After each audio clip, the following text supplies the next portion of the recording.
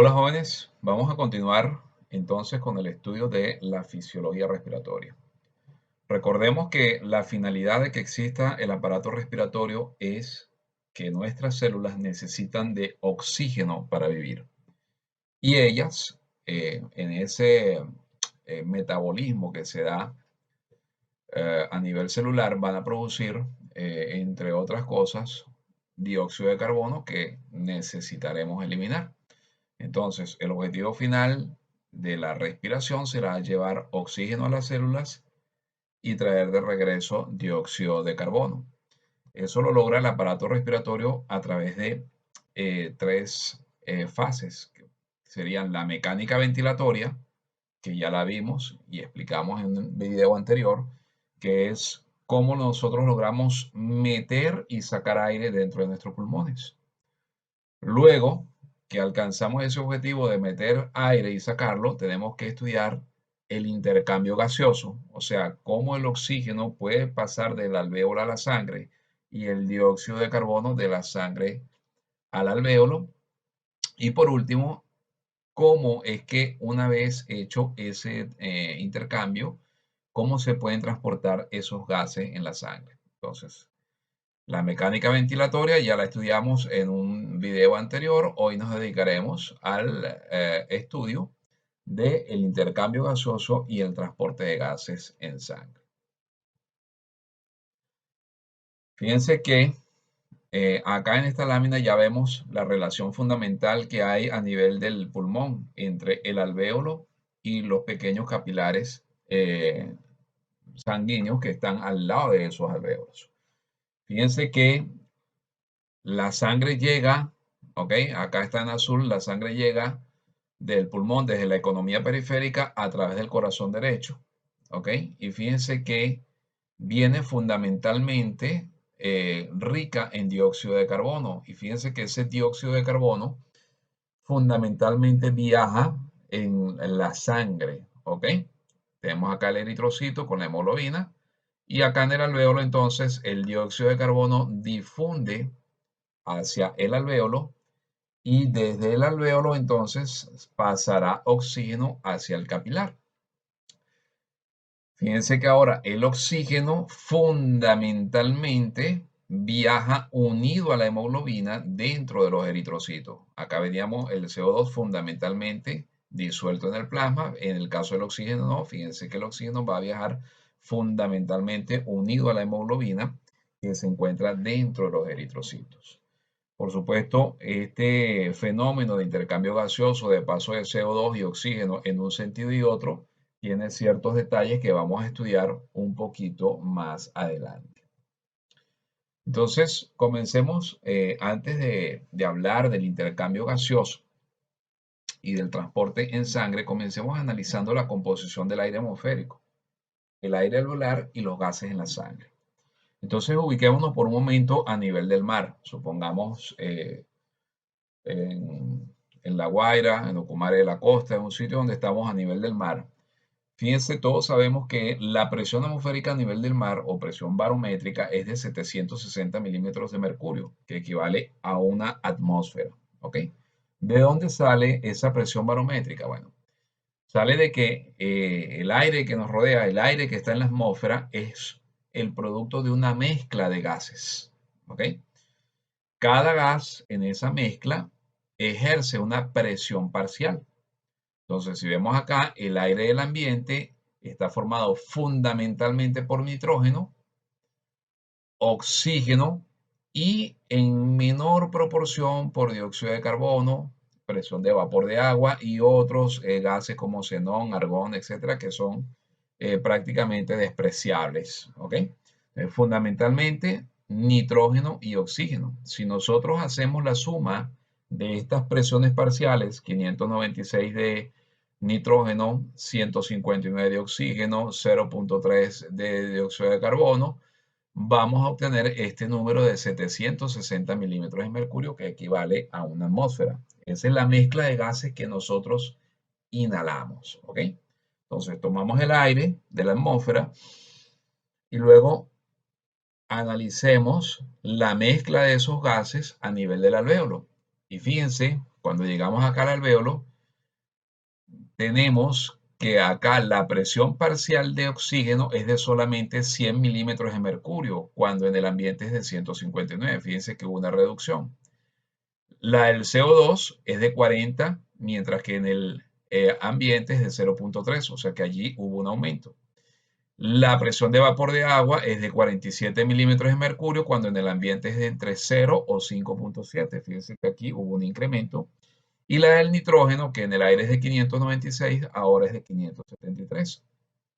¿Por qué ocurren estos cambios? Bueno, fíjense, el oxígeno, ¿por qué baja? Bueno, primero porque parte del aire que inhalamos, como estudiamos en mecánica ventilatoria, se va a quedar en el espacio muerto, o sea, en las vías aéreas superiores, incluso inferiores, en todas aquellas zonas donde no hay alvéolos, ¿ok? Que se llama, dijimos, espacios muertos. Laringe, tráquea, bronquios principales, etc.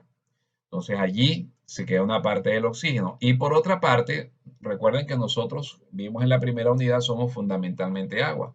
Entonces el aire atmosférico, una vez que va pasando por las vías aéreas, se va saturando de vapor de agua, porque las moléculas de agua que están en la vía aérea pasan a un estado gaseoso y se mezclan con el aire atmosférico.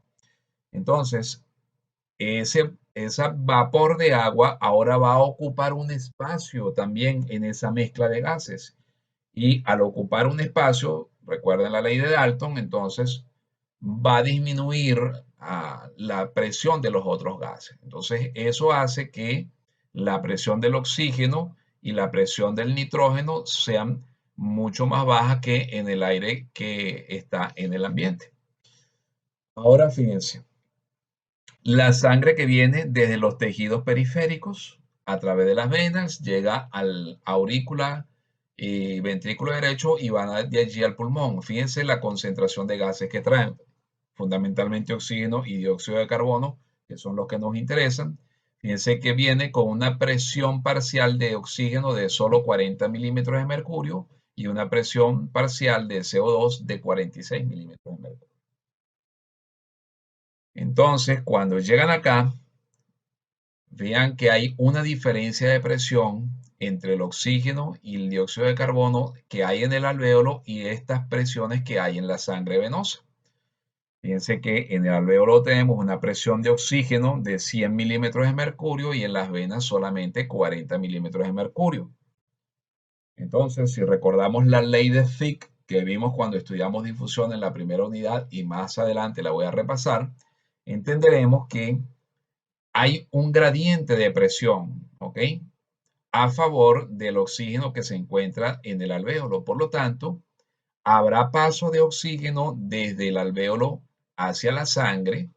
Y fíjense que el CO2 tiene una concentración o una presión mayor en la sangre que en el alvéolo. Acá hay 46 milímetros de mercurio y acá hay 40 milímetros de mercurio. El gradiente de presión para el dióxido de carbono es en sentido inverso. Por lo tanto, entonces, habrá paso de oxígeno desde el alvéolo hacia la sangre y del CO2 desde la sangre hacia el alvéolo. De manera que cuando la sangre sale del pulmón y se va por las venas pulmonares al corazón izquierdo, lleva entonces una presión de oxígeno de 95 milímetros de mercurio y una presión de CO2 de solo 40 milímetros de mercurio, que es la sangre que entonces se va a ir hacia los tejidos para entregarle oxígeno a las células. Cuando nosotros expiramos, fíjense la mezcla de gases que hay. Ahora tenemos una presión de oxígeno de 116 milímetros de mercurio, ¿ok? Que es mayor que la que había en el alvéolo, que solamente había 100 milímetros de mercurio. ¿Por qué es mayor? Porque el aire que va saliendo, que viene de los alvéolos, se mezcla con el aire que quedó en el espacio muerto, donde no hubo intercambio gaseoso, allí quedó oxígeno, por lo tanto sale más oxígeno del que había en los alvéolos. El CO2, ¿ok? Disminuye porque hubo una mezcla de gases acá y por supuesto al haber una mezcla de gases porque se añadió una cantidad adicional de gas, la presión parcial de los demás va a disminuir, ¿ok? Como ocurre también acá con el caso del nitrógeno. Bien, entonces esto es lo que de esta manera, con estas diferencias de presiones se produce el intercambio a nivel del mar. Ahora, trasladémonos fuera del nivel del mar y veamos cuál es el efecto de la altura en la presión atmosférica y las presiones parciales de los gases. Todos hemos escuchado alguna vez que a mayor altura hay menor cantidad de oxígeno. Vamos a ver si esa expresión es realmente cierta. Y ubiquémonos a una altura, por ejemplo, de 2.642 metros sobre el nivel del mar, que es la altura a la que se encuentra, por ejemplo, la capital de Colombia. ¿Ok? O bueno, trasladémonos a esa misma altura, pero a cualquier otro sitio, ¿ok? De manera abrupta, ¿ok? Fíjense, a esa altura, la presión barométrica o presión atmosférica es de solo 560 milímetros de mercurio, ya no es de 760 milímetros de mercurio. ¿De dónde viene esta presión? Bueno, de la mezcla de gases que hay allí.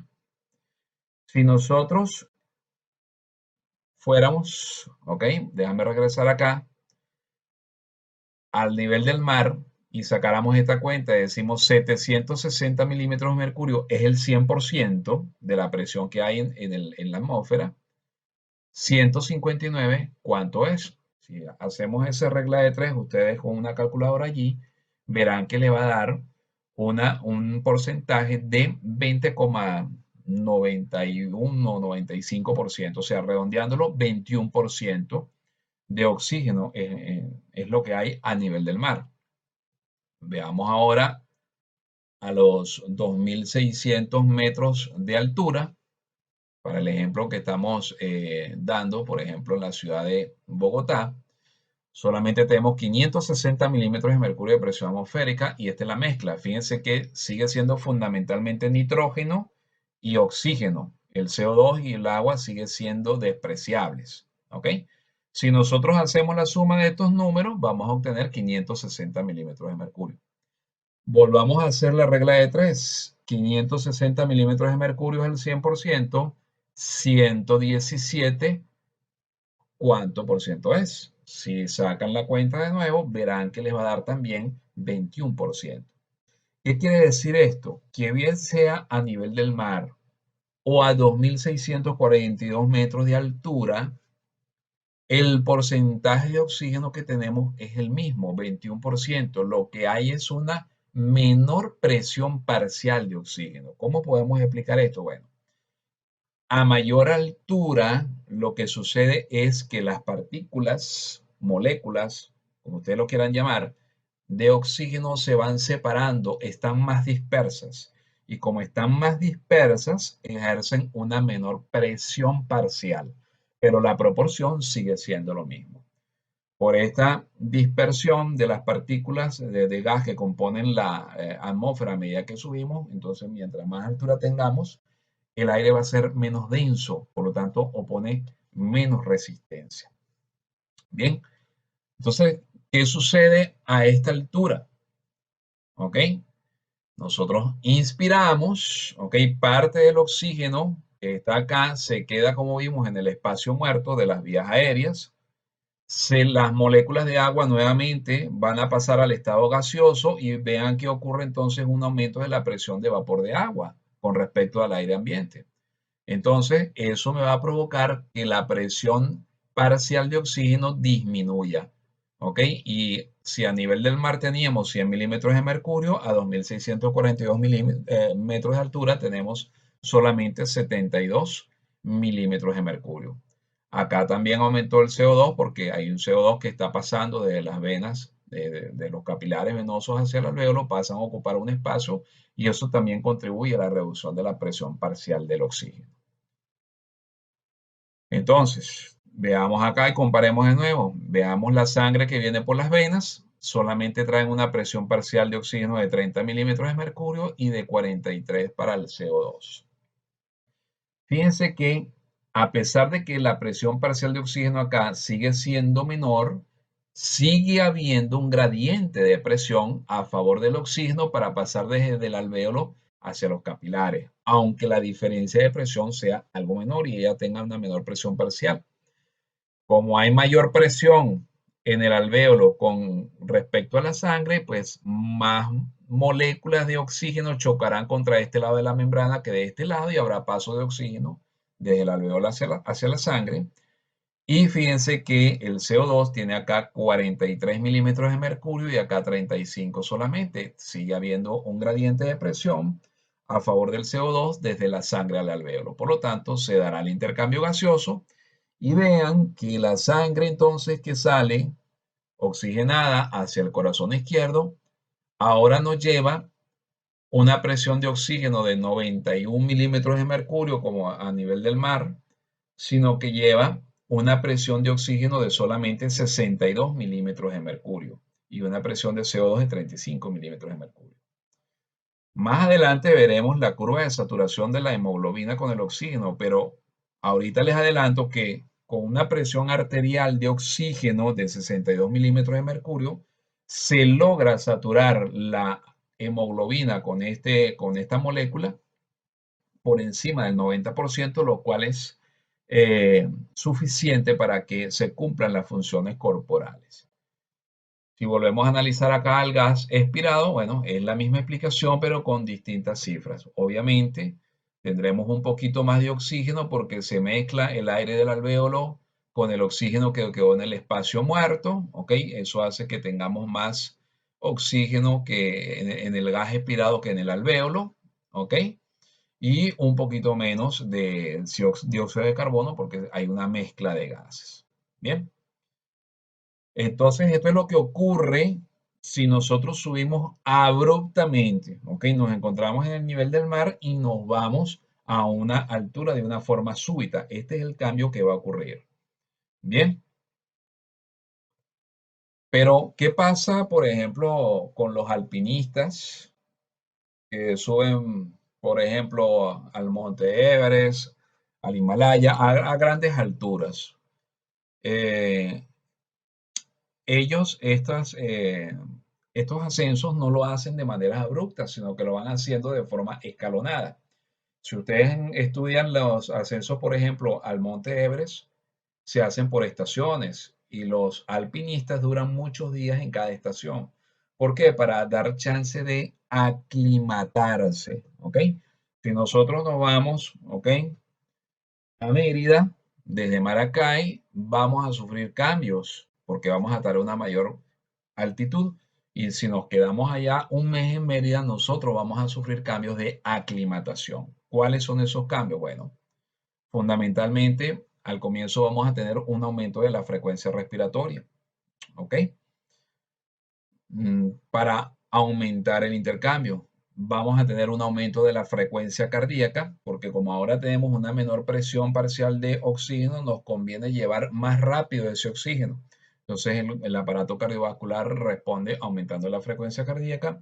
Y por último, y la más importante, es que el hecho de que haya una mayor presión parcial de oxígeno en la sangre, que logra saturar la hemoglobina de oxígeno, pero en menor proporción que al nivel del mar, es un estímulo para que la médula ósea produzca mayor cantidad de eritrocitos. Entonces, en un mes más o menos, 3 semanas, esto dura más tiempo, en el lapso de algunas semanas, nosotros vamos a tener mayor número de eritrocitos, por lo tanto, aunque tenemos una menor presión parcial de oxígeno en el ambiente, vamos a tener mayor número de eritrocitos con hemoglobina para transportar ese oxígeno. Y entonces vamos a estar aclimatados y vamos a poder tolerar mejor estar a esa altura que cuando llegamos en un primer momento, cuando hicimos el ascenso abrupto.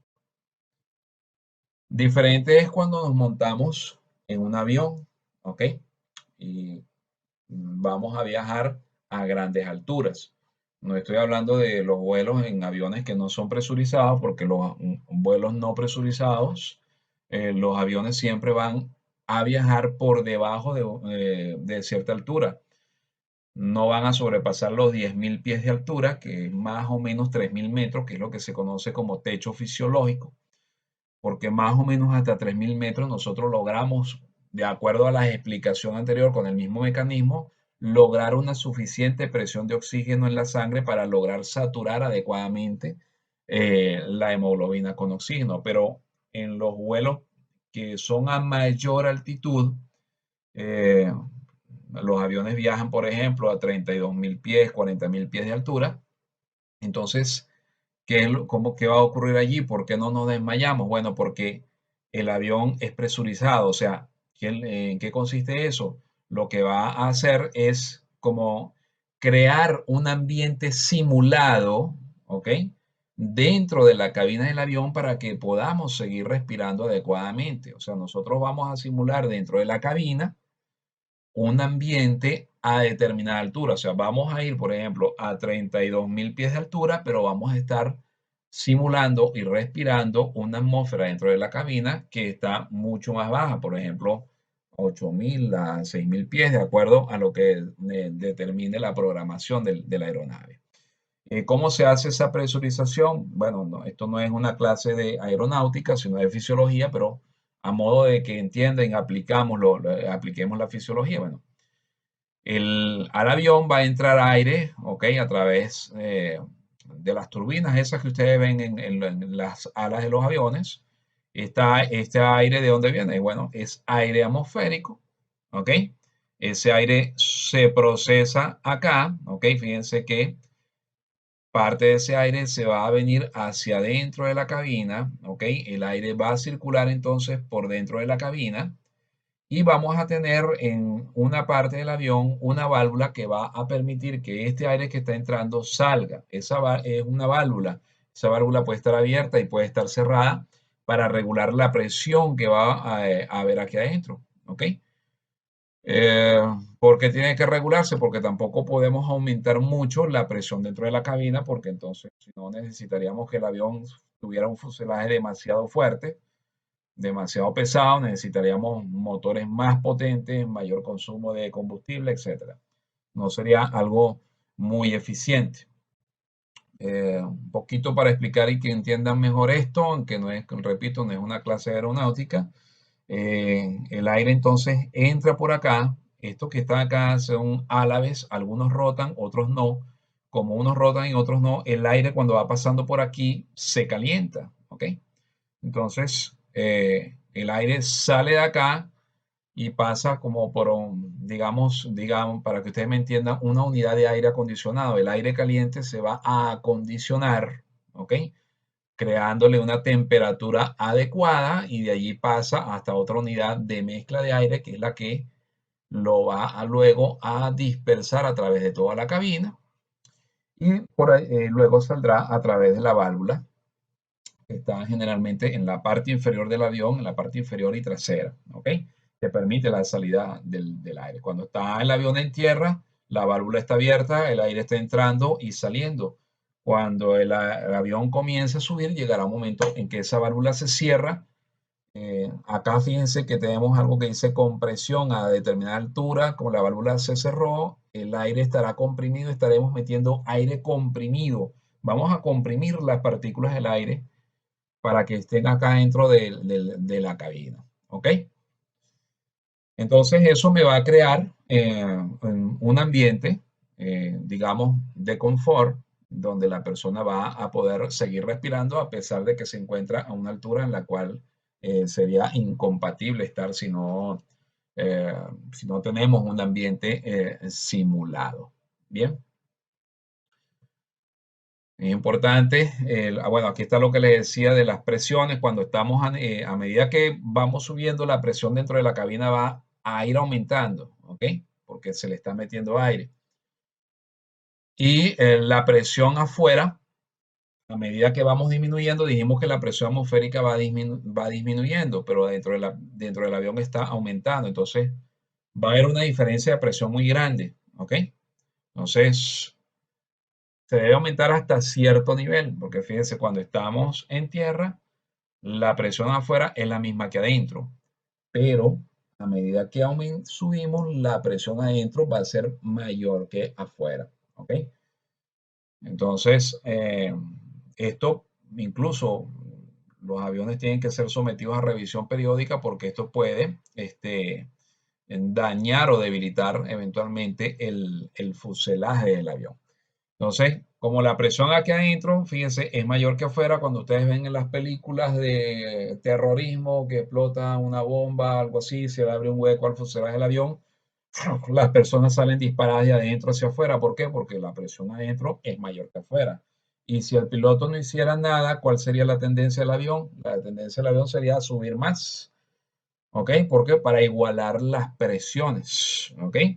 Pero ¿qué pasa si se abre un hueco? Entonces se descomprime el aire que tú metiste aquí comprimido, se va a salir y entonces se va a perder el oxígeno y entonces las personas comenzarían a respirar el oxígeno que está a la altitud a la que vayan, que sabemos que si es muy alto la presión muy baja y es cuando ustedes van a ver que caen las máscaras de oxígeno de arriba para que los eh, pasajeros respiren. Esos bombonitas de oxígeno, por cierto, duran muy poquito, más o menos, creo que alrededor de 15 minutos. No así los pilotos sí tienen unas bombonas y unas máscaras a presión. Lo primero que tiene que hacer el piloto es, por supuesto, colocarse el oxígeno para no sufrir una hipoxia y, por supuesto, descender al avión hasta una altitud en la cual el ambiente sea eh, adecuado para el ser humano, o sea, por debajo de los 10.000 pies.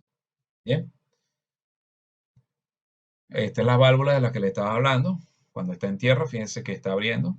Llega un momento cuando el avión despega que esa válvula se va a cerrar. Eso es algo que se programa de manera automática. Para aquellos que estén interesados, investiguen el accidente de Helios, que fue por un error del personal de mantenimiento que dejó esto en manual y el aire entraba y salía y se descomprimió. Bueno, no se dieron cuenta.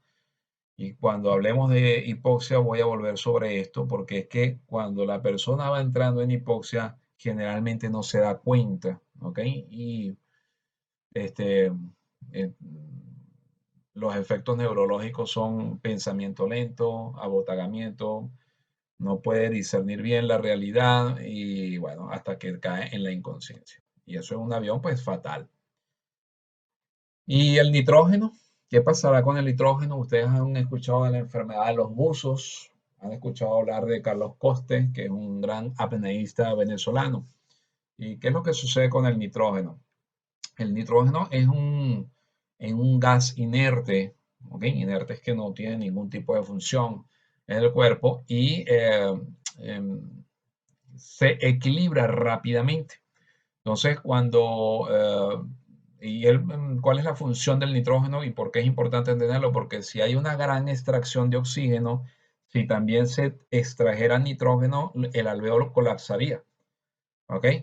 Entonces, ¿qué es lo que sucede con los buceadores? Que es posible que cuando estén a grandes profundidades haya una extracción grande de oxígeno. Entonces, luego, cuando el buzo va subiendo, si lo hace muy rápidamente, puede haber salida de nitrógeno, sobre todo desde el tejido adiposo, y solubilizarse en la sangre y puede viajar hacia el sistema nervioso y producir embolias gaseosas que puede tener consecuencias bastante graves. ¿Okay? Por eso entonces los buzos tienen que subir, hacer el ascenso lentamente. Bien, fíjense, a nivel del alveolo pulmonar o del lobulillo pulmonar, el alveolo pulmonar es la estructura más importante. Y fíjense que acá tenemos el alvéolo y este es el capilar. Vean que es una estructura muy pequeña con una membrana muy delgadita, ¿ok? Donde acá la relación entre el alvéolo, ¿ok? Y el capilar es una relación muy íntima. Acá la flecha indica el sentido del paso del oxígeno, que es lo más importante. Y acá, fíjense, tenemos el eritrocito, que es el que lo transporta, ¿ok? Entonces acá, esta unidad funcional, fíjense que es un matrimonio bastante estrecho. Ahora, mantener las presiones de oxígeno y dióxido de carbono en la sangre arterial va a depender fundamentalmente de tres factores, que son la ventilación, que ya la vimos en el video anterior, que es la mecánica respiratoria, cómo nosotros metemos y sacamos aire de los pulmones. Luego, la difusión, que es el intercambio de gases que venimos hablando ahorita. ¿Ok? Esta difusión va a depender fundamentalmente de la ley de Fick. ¿Ok? ¿Y qué dice la ley de Fick? La ley de Fick dice que la difusión de una sustancia va a ser igual al área de la membrana por el gradiente de concentración, que para el caso de gases será gradiente de presión por el coeficiente de solubilidad sobre la distancia. Analicemos para estos gases cada uno de estos factores. Área de la membrana. Para el área de la membrana nosotros no vamos a tomar en cuenta el área de membrana de un alvéolo, no, sino la suma de todos los alvéolos de los dos pulmones. Si nosotros sumamos todo eso, nos va a dar un área de membrana de más o menos 70 metros cuadrados. Eso es más o menos el tamaño de un campo de fútbol, imagínense. O sea, tenemos un área de membrana grandísima. Por lo tanto, si tenemos un área de membrana muy grande, va a haber una elevada difusión. Eso favorece la difusión de los gases. Luego, el gradiente de presión, que como vimos en láminas anteriores, va a ser, para el caso del oxígeno, a favor desde el alvéolo hacia el capilar, y para el caso del CO2, desde el capilar hacia el alvéolo. A medida que el gradiente, o sea, la diferencia de presión sea mayor, pues mayor será la difusión, y si el gradiente es menor, la difusión será menor. Entonces, por ejemplo, como a grandes alturas tenemos menor presión parcial del oxígeno en el aire atmosférico, habrá menor presión parcial de oxígeno a nivel del alvéolo. Por lo tanto, el gradiente de presión entre el alvéolo y el capilar va a ser más pequeño, la difusión entonces el gas será menor.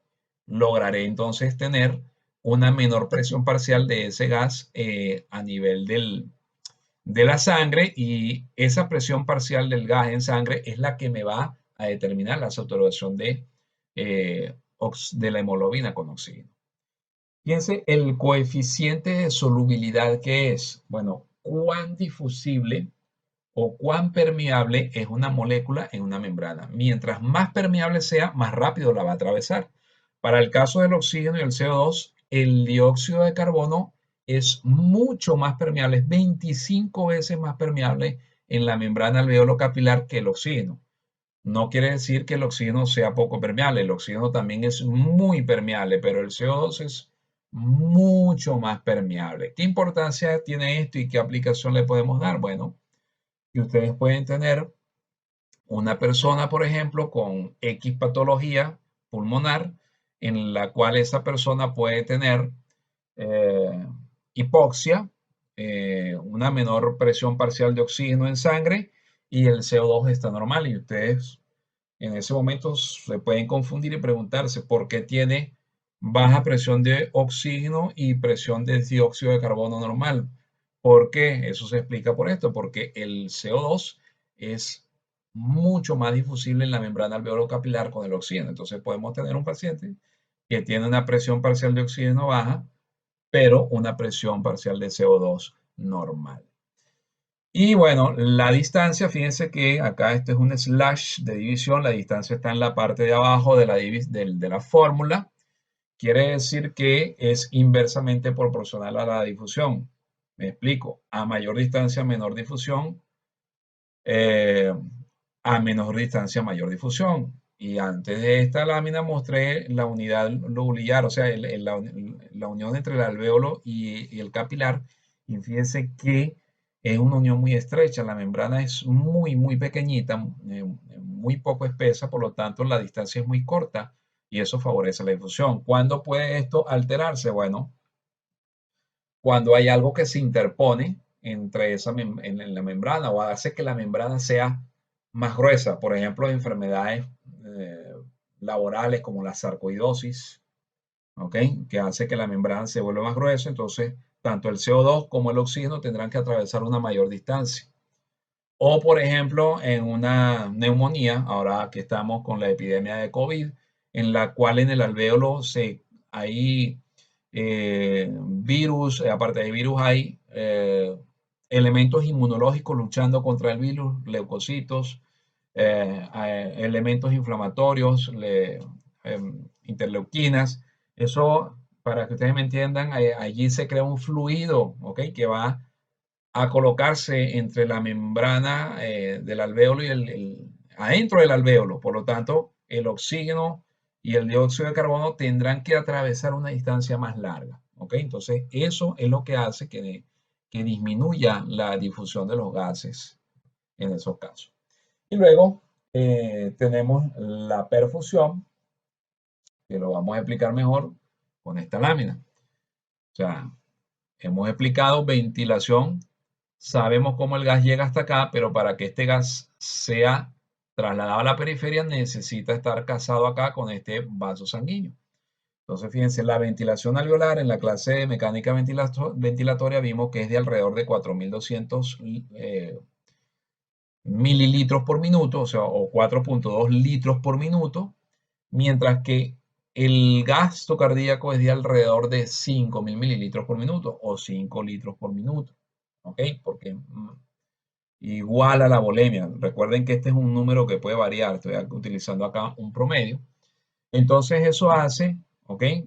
Que la relación entre la ventilación y perfusión, que es algo que se conoce como índice VQ, normal sea entre 0,8 y 1, ¿ok? O sea, ventilación-perfusión casi igualadas.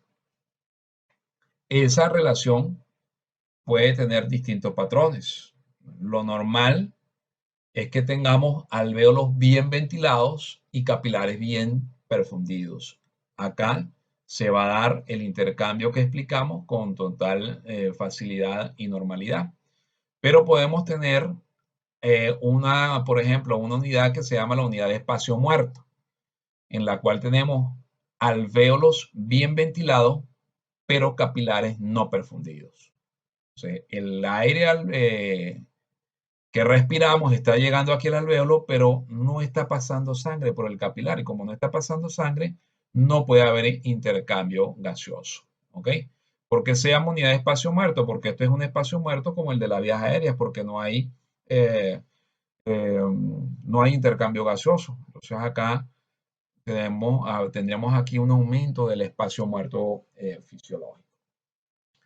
¿Qué ejemplo podemos dar de esto? Bueno, esto es lo típico que ocurre en el tromboembolismo pulmonar.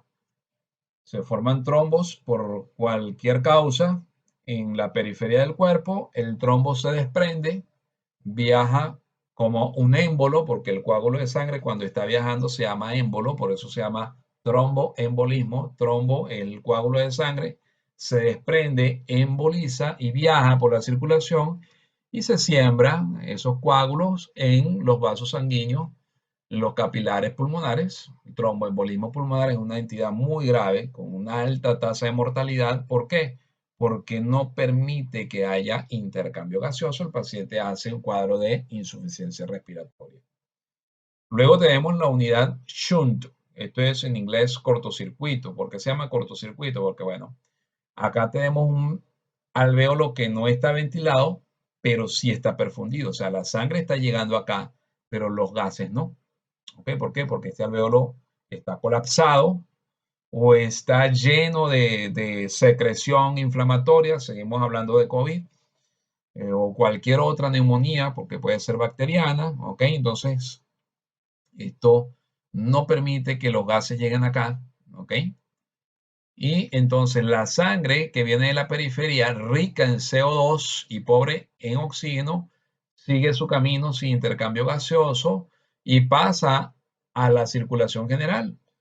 ¿Ok? Entonces esta sangre rica en CO2 se mezcla con la de la sangre arterial, por eso se llama unidad de cortocircuito. Y por último tendríamos la unidad no funcional, en la cual no hay intercambio tampoco porque el alvéolo no está ventilado y el vaso sanguíneo no está perfundido, que esto es lo que aparentemente está sucediendo con los casos más severos y complicados de COVID, porque se sabe que es una neumonía viral en la cual ahí el virus ataca los alvéolos a través de los receptores de angiotensina 2. El sistema inmunológico responde, crea una reacción inflamatoria acá y esa reacción inflamatoria se ha demostrado que puede producir formación de coágulos, ¿ok?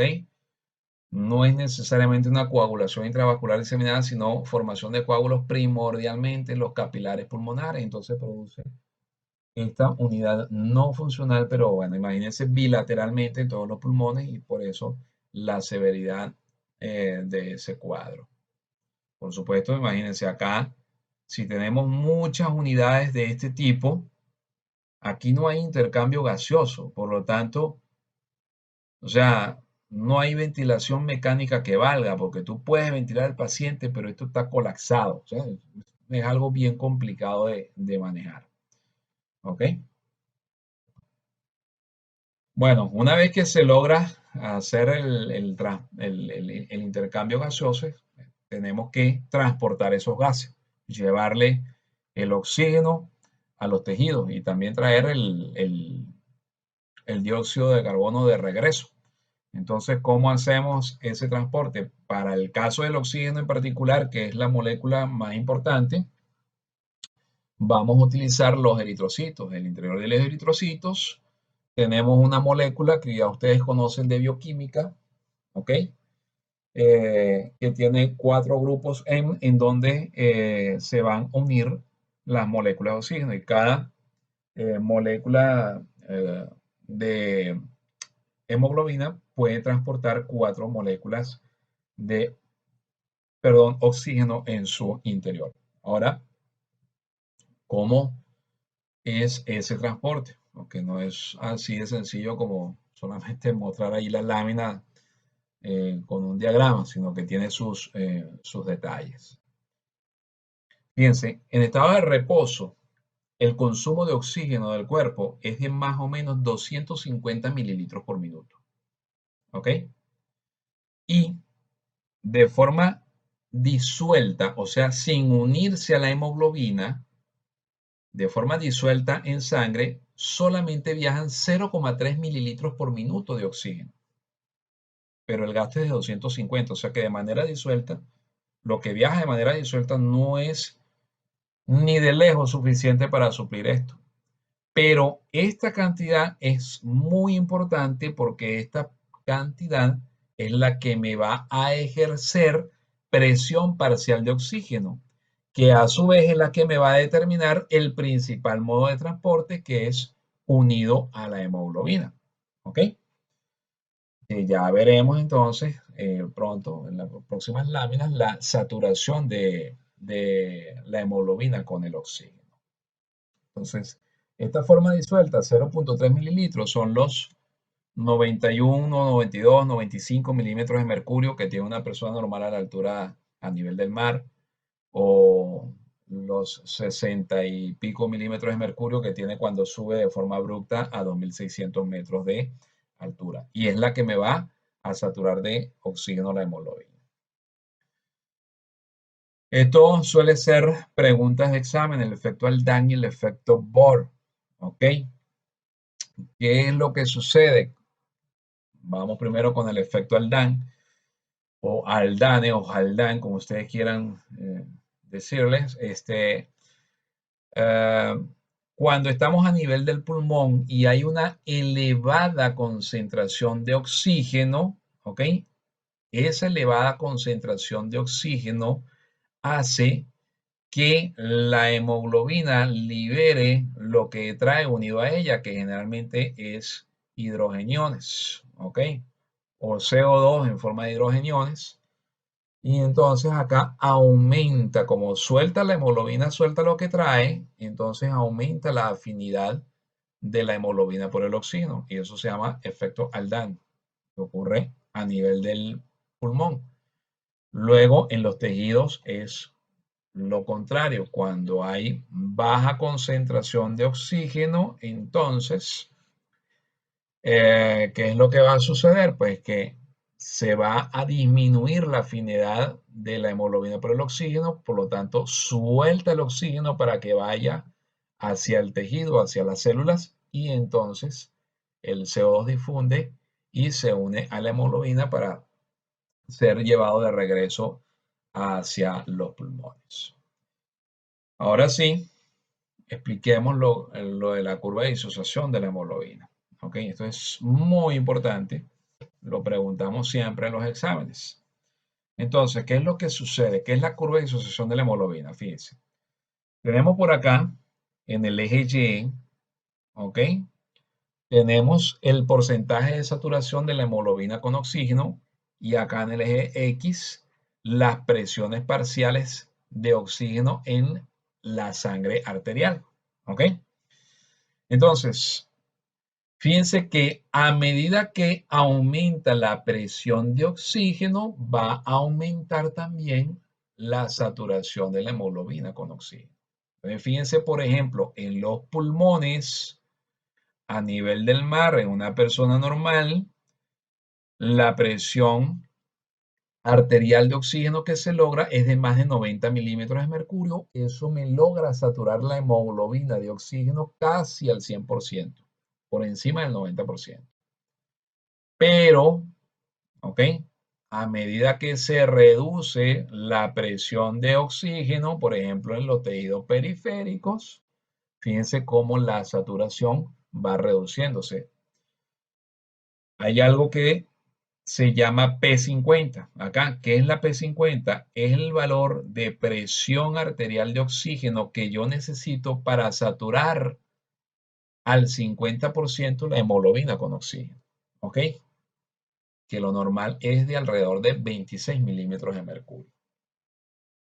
Esta curva puede modificarse, puede desplazarse hacia la derecha o desplazarse hacia la izquierda. ¿Qué quiere decir eso? Que si yo la desplazo hacia la derecha, ¿qué quiere decir? Que voy a necesitar mayor cantidad de presiones arteriales de oxígeno para saturarla al mismo nivel. ¿Ok? Y si la desplazo hacia la izquierda, quiere decir que voy a necesitar menores presiones de oxígeno para saturarla a X porcentaje. ¿Ok? Entonces, muy importante esto, la curva de disociación de la hemoglobina. Quiero resaltar acá que fíjense que hay un punto, y vuelvo por ejemplo a nivel con lo de la altura, cuando subimos de manera abrupta a cierta altura, que decíamos que hay menor presión parcial de oxígeno en el ambiente, por lo tanto, menor presión parcial de oxígeno que metemos a los alvéolos, por lo tanto, menor presión arterial de oxígeno que logramos. Por lo tanto, menor saturación de la hemoglobina con oxígeno. Pero fíjense, quiero resaltar este punto acá. Fíjense que acá, por ejemplo, cuando estábamos a 2.600 y pico de metros sobre el nivel del mar, lográbamos una presión arterial de oxígeno de 61, 62 milímetros de mercurio. Y con eso lográbamos saturar la hemoglobina con oxígeno por encima o al menos llegar al 90%, lo cual es bastante adecuado. Pero miren la forma de la curva. Es una curva sigmoidea. Por debajo de 60 milímetros de mercurio, fíjense que el porcentaje de saturación comienza a caer casi que verticalmente. ¿Ok? ¿Y por qué es importante esto? Porque quiere decir que hay un margen muy estrecho entre lo que es el porcentaje de saturación que nos puede permitir un funcionamiento adecuado y el porcentaje en el cual ya el funcionamiento no va a ser adecuado. Si ustedes hicieran experimentos o vieran pacientes, no necesariamente tiene que ser un experimento, van a ver que cuando un paciente ya tiene un porcentaje de saturación, por ejemplo, de 70%, eh, ya sus aspectos cognitivos comienzan a fallar, ¿ok?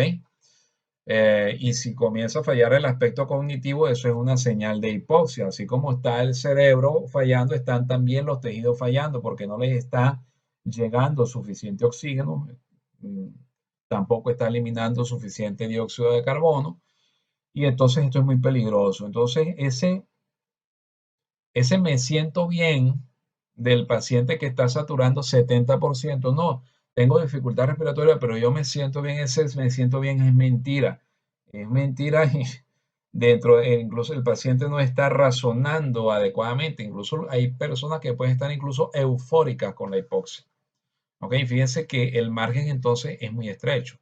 Y en el caso que explicamos de las alturas, por ejemplo, en los aviones, es muy importante porque un piloto que va subiendo y el avión sufre una despresurización brusca, si no se percatan de eso, como sufrió en un accidente famosísimo que hay de Helios Airlines, o en un avión no presurizado, es posible que el piloto no se percate de que está entrando en un estado de hipoxia y bueno, eso puede ser bastante fatal. Como también puede ser que el médico no se dé cuenta que el paciente está entrando en un estado de hipoxia. Entonces, fíjense, nosotros conociendo los valores de presión arterial de oxígeno, podemos inferir el porcentaje de saturación de la hemoglobina con el oxígeno. Y bueno, al contrario, conociendo el porcentaje de saturación de la hemoglobina con oxígeno, también podemos inferir la presión arterial de oxígeno que tenemos. ¿Ok? De hecho, el criterio para catalogar a un paciente en insuficiencia respiratoria desde el punto de vista de gasometría arterial es que tenga una presión arterial igual o menor a 60 milímetros de mercurio de una presión arterial de oxígeno.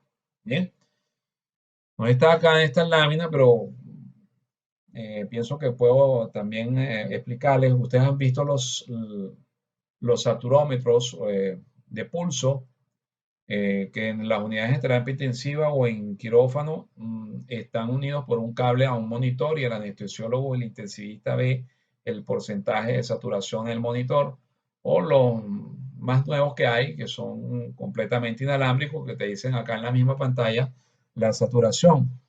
Eso es un cálculo aproximado. ¿Qué es lo que tienen ellos?